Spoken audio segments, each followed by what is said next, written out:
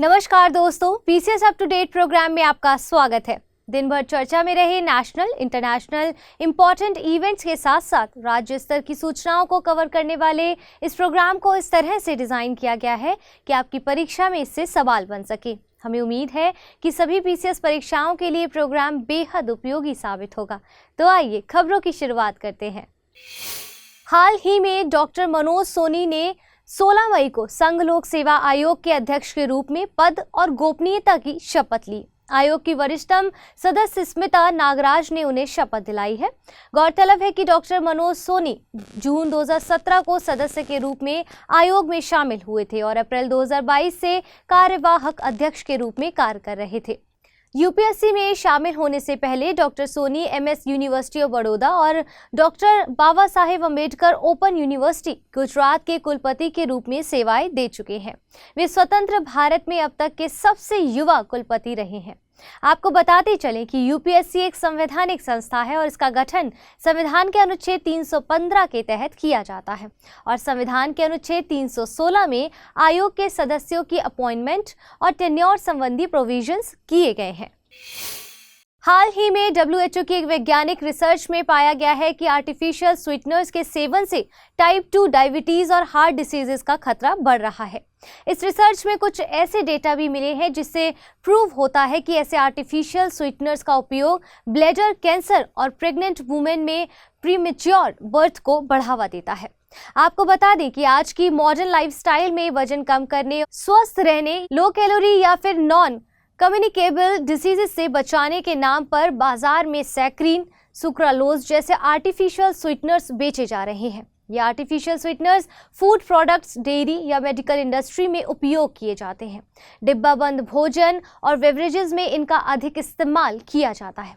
ये artificial sweeteners diabetes के रोगियों के लिए तो बेहतर साबित होते हैं, लेकिन सामान्य हेल्दी लोगों के लिए टाइप 2 डायबिटीज और हार्ट डिसीजेस का रीजन बन रहे हैं।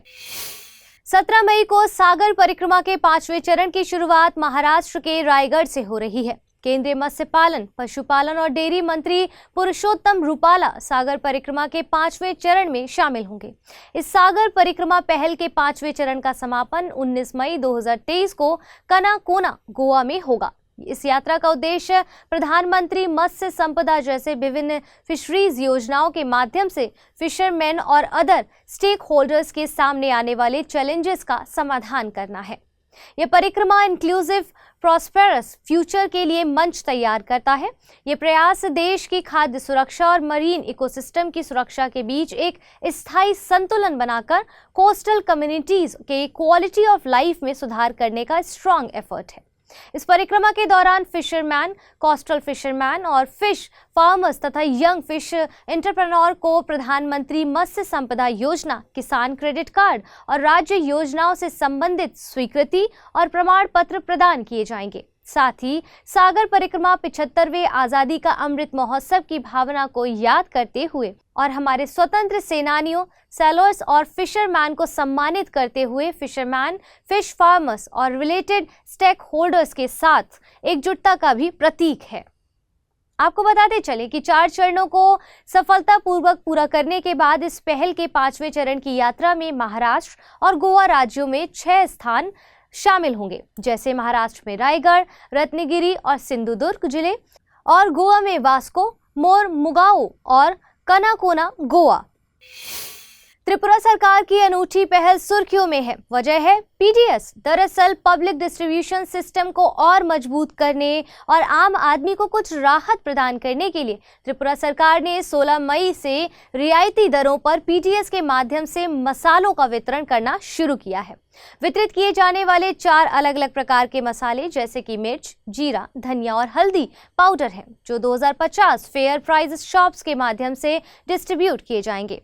गौरतलब है कि पीडीएस के माध्यम से मसालों को वितरित करने का निर्णय पीडीएस के माध्यम से दालों के साथ साथ स्थानीय रूप से उत्पादित चाय को वितरित करने के सरकार के फैसले के बाद आया है।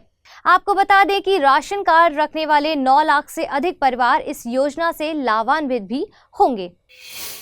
ओपनएआई के CEO Sam Altman chat GPT के बाद एक बार फिर सुर्खियों में बने हुए हैं। दरअसल सैम अल्टमैन अब क्रिप्टो करेंसी सेक्टर को बाधित करने की कोशिश कर रहे हैं, क्योंकि बड़े आईटी दिग्गज इस तकनीक को अपनाने का प्रयास कर रहे हैं।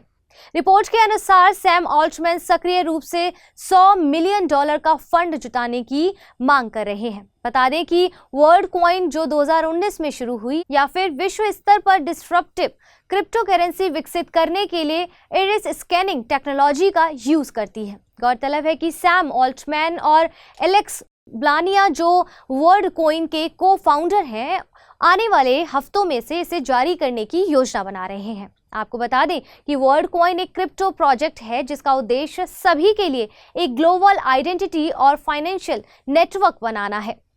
यह एक ओव नामक डिवाइस का उपयोग करता है जो लोगों की आंखों की पुतलियों को स्कैन करता है ताकि ये पता चल सके कि वे यूनिक है और ह्यूमन है। ये डिवाइस उन्हें एक वर्ड आईडी प्रदान करता है जिसे वैश्विक डिजिटल पासपोर्ट के रूप में इस्तेमाल किया जा सकता है। साथ ही वर्ल्ड कॉइन टोकन्स का रिवॉर्ड भी देता है। इसमें एक वर्ड ऐप भी है जो वर्ल्ड कॉइन और अन्य डिजिटल संपत्तियों का उपयोग करके पेमेंट, खरीद और ट्रांसफर्स को सक्षम बनाता है। वर्ल्ड कॉइन की योजना 2023 की पहली छमाही में लॉन्च करने और कुल 10 बिलियन टोकन्स वितरित करने की है, जिसमें 80% टोकन्स यूजर्स के पास जाएगा।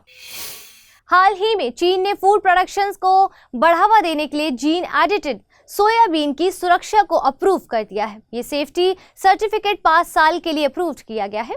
शैंडोंग शनफेंग बायोटेक्नोलॉजी को .ltd द्वारा विकसित सोयाबीन में 2 मॉडिफाइड जीन है जो पौधे में healthy fat oleic acid level को बढ़ाते हैं। हालांकि अभी तक इस सोयाबीन को कोई नाम नहीं दिया गया है।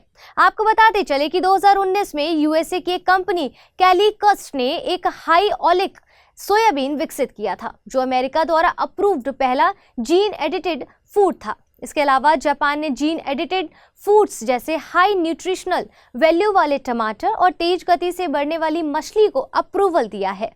आपकी जानकारी के लिए बता दें कि जीन एडिटिंग जेनेटिक मॉडिफिकेशन अलग अलग हैं, क्योंकि जीन एडिटिंग में पौधे में विदेशी जीनों को डालने की बजाय मौजूदा जीनों को मॉडिफाई किया जाता है। इस तकनीक को जीएमओ की तुलना में कम खतरनाक माना जाता है। तो फिलहाल के लिए सेशन में इतना ही। जल्द मिलेंगे एक और नए सेशन के साथ। तब तक के लिए धन्यवाद।